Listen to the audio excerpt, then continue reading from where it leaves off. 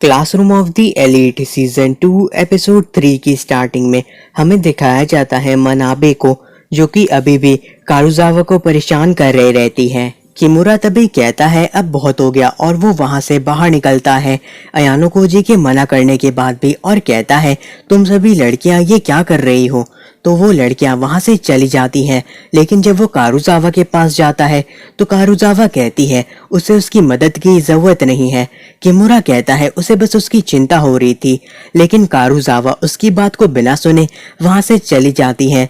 ये सारी चीजें देख करके अयानो कोजी सोचता है शायद वो कारुजावा का इस्तेमाल कर सकता है। फिर हमें दिखाया जाता है डिस्कशन का 4th डे आ जाता है और वहां पे उसे एक मैसेज आता है जिसके अंदर वीनस ग्रुप का ये एग्जाम खत्म हो जाता है। और इसे देखने के बाद अयानो कोजी सोचता है शायद किसी ने वीआईपी का पता लगा लिया। रुइन ने कहा था कि वो वीआईपी को ढूंढ सकता है, यानी कि अब वक्त आ गया है जब अयानो कोजी को अपनी टीम के अंदर दूसरे लोगों को इंक्लूड करना होगा। फिर हमें कारुजावा को दिखाया जाता है जिसे हिराता ने बुलाया था मैसेज करके शिप के बेसमेंट में, लेकिन तभी वहां पे मानाबे और बाकी की लड़कियां आ जाती हैं और वो आने के साथ ही कारुजावा को रिकॉर्ड करने लगती हैं। और वो सभी वापस से कारुजावा को परेशान करते हुए कहती हैं तुम्हें बचपन में बुली किया जाता था ना। ये बात सुन के कारुजावा काफी ज्यादा ही घबरा जाती है। मानाबे फिर आगे की ओर बढ़ती है और सभी लड़कियां कहने लगती हैं कारुजावा से कि वो दया के लिए भीख मांगे। फिर मानाबे उसे एक जोरदार थप्पड़ मार देती है, जिसके बाद वो सभी लड़कियां रिका को आगे भेजती हैं और कहती हैं कारुजावा को मारने के लिए। रिका पहले धीमे से मारती है कारुजावा को, लेकिन अचानक से उसकी पूरी पर्सनालिटी बदल जाती है और वो बहुत जोर जोर से लगातार मारने लगती है कारुजावा को। ये सारी चीजें देख करके अयानो कोजी सोचने लगता है हालात बदलने के साथ ही लोगों के अंदर की बुराई बाहर आ जाती है। फिर वो सोचता है उसी ने मैसेज किया था मानाबे को ये सारी चीजें कारुजावा के साथ करने के लिए, और मानाबे काफी अच्छा कर रही है। जितनी जल्दी कारुजावा की हिम्मत टूटेगी उतना ही अच्छा रहेगा अयानो कोजी के लिए। कारुजावा फिर उन सभी लड़कियों से आखिर में जाके माफी मांगी लेती है और वो लड़कियां वहां से चली जाती हैं। उसके बाद अयानो कोजी कारुजावा के पास चला जाता है और कहता है तुम्हें बचपन में बुली किया जाता था ना, और तुम्हें अभी भी बुली किया जा रहा है। और अयानो कोजी को उसे लेकर के सारी बातें पता है। अगर वो हिराता को बुलाती है तो वो यहाँ पे नहीं आने वाला है। ये सारी बातें सुन करके कारुजावा उसे थप्पड़ मारने की कोशिश करती है, लेकिन अयानो कोजी उसके हाथ को पकड़ लेता है और कहता है तुम एक पैरासाइट के जैसी हो जो कि दूसरों की मदद चाहती है खुद को बुली होने से बचाने के लिए। तभी कारुजावा कहती है कि अयानो कोजी उसे बुली नहीं कर सकता। उसे पता भी है कि बुली होने वाले लोगों का क्या होता है, वो रेजिस्ट करना बंद कर देते हैं। ना ही वो रोते हैं, ना ही चिल्लाते, और ना ही वापस से लड़ते हैं। ये सारी बातें सुन करके अयानो कोजी कहता है क्या कोई चीज है जो तुम्हें चोट पहुंचा रही है, कोई बहुत ही बड़ी सी चीज जिसे तुमने छुपा रखा है। उसके बाद वो देखता है कि उसके ऊपर चोट का एक निशान है और यही वो चीज है जो कि कारुजावा को कमजोर बना रही है। फिर अयानो कोजी कहता है कारुजावा इसी तरह की काफी सारी बुराइयां इस दुनिया के अंदर है, तुमने उनमें से एक को महसूस खुद करके देखा है। कुछ लोग उन बुराइयों की वजह से कमजोर हो जाते हैं और कुछ उन्हीं का फायदा उठा के ताकतवर। ये सारी बातें सुन के कारुजावा कहती है आखिर वो कहना क्या चाहता है। अयानो कोजी कहता है इस दुनिया में इससे भी और भी काफी बुरी चीजें हैं, मैं तुम्हें प्रोटेक्ट करूंगा हिराता और माचीदा दोनों से बेहतर तरीके से। फिर वो कारुजावा को अपना फोन दिखाता है जिसके अंदर उसने ये सारी चीजें रिकॉर्ड कर ली थी, और कहता है अगर वो लड़कियां तुम्हें दोबारा परेशान करे तो तुम उनसे कह देना कि तुम ये वीडियो स्कूल एडमिनिस्ट्रेशन तक पहुंचा दोगी। कारुजावा कहती है आखिर उसे क्या चाहिए। अयानो कोजी कहता है क्लास डी इस तरीके से आगे नहीं जा सकती, उन्हें यूनिटी की जरूरत है और ये काम सिर्फ कारुजावा कर सकती है, होरिकिता नहीं। इसीलिए वो चाहता है कि कारुजावा उसके लिए काम करे, बदले में वो भी उसकी मदद करेगा। कारुजावा कहती है आखिर उसे उससे चाहिए क्या। तो फिर अयानो कोजी कहता है तुम ही हो ना वो। जिसके बाद हमें दिखाया जाता है चाबाशिरा को, जो कि अयानो कोजी के पास आती हैं। अयानो कोजी कहता है क्या वो पॉइंट से कुछ खरीद सकता है। उसके बाद हमें दिखाया जाता है स्पेशल टेस्ट का 4th डे बीतने वाला था। फिर हमें दिखाया जाता है अयानो कोजी आकर के मिलता है इचिनोजे से, जो कि पहले सो रही थी लेकिन फिर वो उठ जाती है और कहने लगती है क्या वो यहाँ पे डिस्कशन के लिए आया है। वो काफी टाइम से अयानो कोजी से एक चीज पूछना चाहती थी, क्या वो क्लास ए तक जाना चाहता है। अयानो कोजी कहता है पता नहीं। तो फिर इचिनोजे कहती है कि क्लास ए से ग्रेजुएट होना उसका सपना है, लेकिन अयानो कोजी या इचिनोजे से सिर्फ एक ही इंसान क्लास ए तक पहुंच सकता है। साथ ही साथ इचिनोजे को ऐसा भी लगता है कि इस सपने को सिर्फ और सिर्फ अयानो कोजी ही पूरा कर सकता है। ये सुन के अयानो कोजी कहता है आखिर कैसे। इचिनोजे कहने लगती है उसके पास 20 मिलियन प्राइवेट पॉइंट है जिनका वो इस्तेमाल कर सकती है किसी भी चीज के लिए। और फिर वो पूछती है अयानो कोजी से उसने वो पॉइंट देखे थे ना। अयानो कोजी हाँ कहता है। फिर हमें दिखाया जाता है वहां पे किमुरा एक और लड़के के साथ आ जाता है और उन्हें लग रहा था इचिनोजे और अयानो कोजी छुपकर डेट कर रहे हैं। आगे हमें दिखाया जाता है अगले दिन की मीटिंग में हामागुची खड़ा होकर के कहता है उन लोगों को कैसे न कैसे करके वीआईपी का सही पता लगाना होगा। और उन लोगों ने अभी तक जो भी डिस्कशन किए उसका मकसद यही था, लेकिन अब उन्हें एक दूसरे तरीके का इस्तेमाल करना होगा। किसी को समझ में नहीं आ रहा रहता कि वो किस बारे में बात कर रहा है।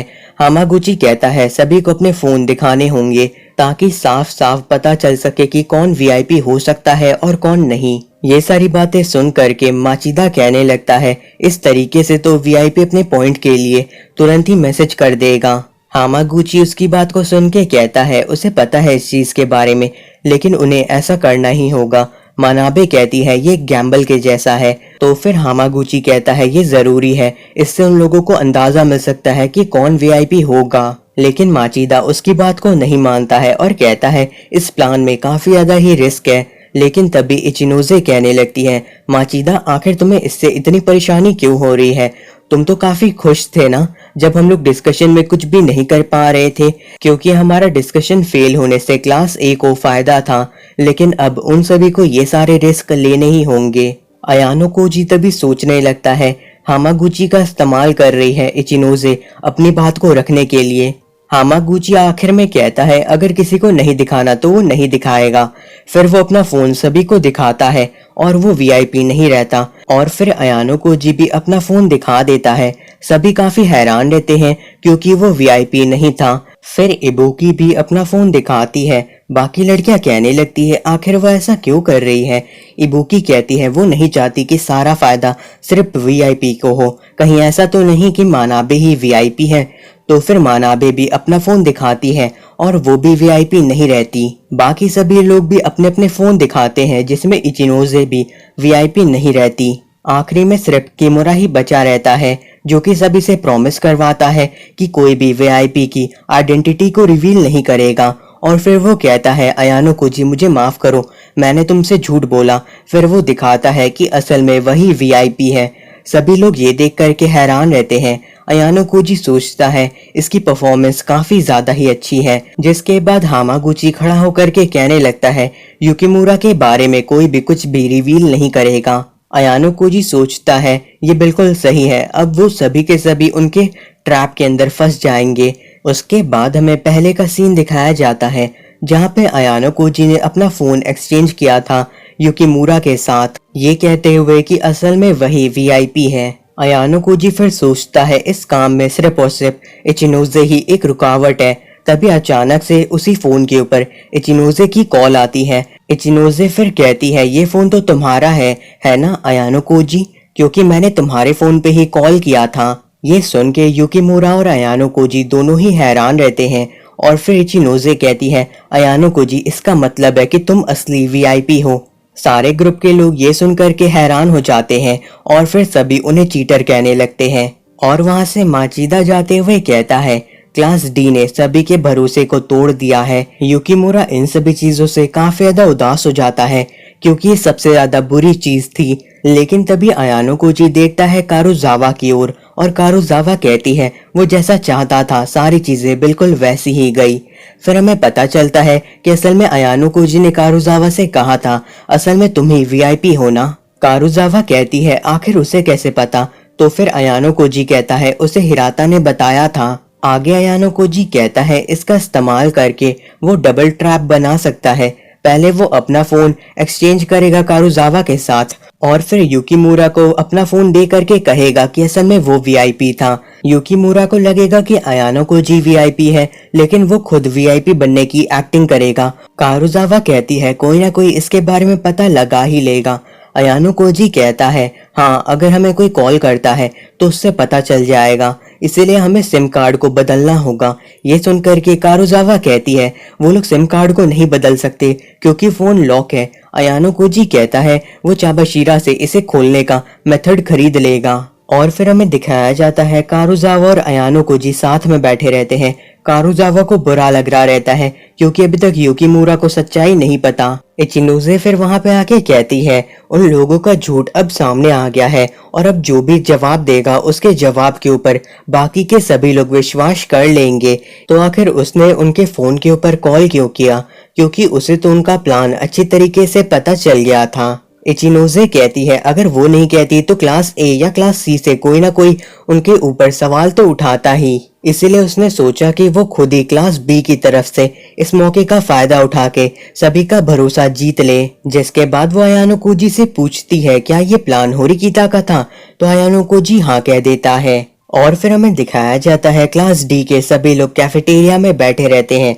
तभी उन्हें एक मैसेज आता है कि उनका एग्जाम खत्म हो गया और सभी ग्रुप के लोगों ने मैसेज कर दिया है जिसमें क्लास ए को 200 क्लास पॉइंट का नुकसान हुआ था क्योंकि उनके सारे वीआईपी के गेसेस गलत थे, और क्लास सी को 150 क्लास पॉइंट मिले थे क्योंकि उन लोगों ने सारे वीआईपी की आइडेंटिटी का पता लगा लिया। क्लास डी को 50 पॉइंट मिले रहते हैं क्योंकि उन्होंने एक का पता लगाया था और क्लास बी को कुछ भी नहीं मिलता। ये चीज देख करके होरिकिता काफी हैरान रहती है क्योंकि क्लास सी जीत गई थी।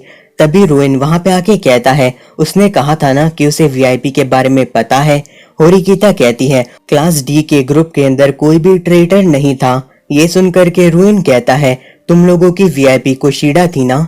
आगे वो कहने लगता है होरिकिता से तैयार रहने के लिए क्योंकि उसका अगला निशाना वही होने वाली है। अयानो कोजी ये सारी बातें सुन करके सोचने लगता है जल्दी ही क्लास डी के लिए मुश्किलें बढ़ने वाली हैं।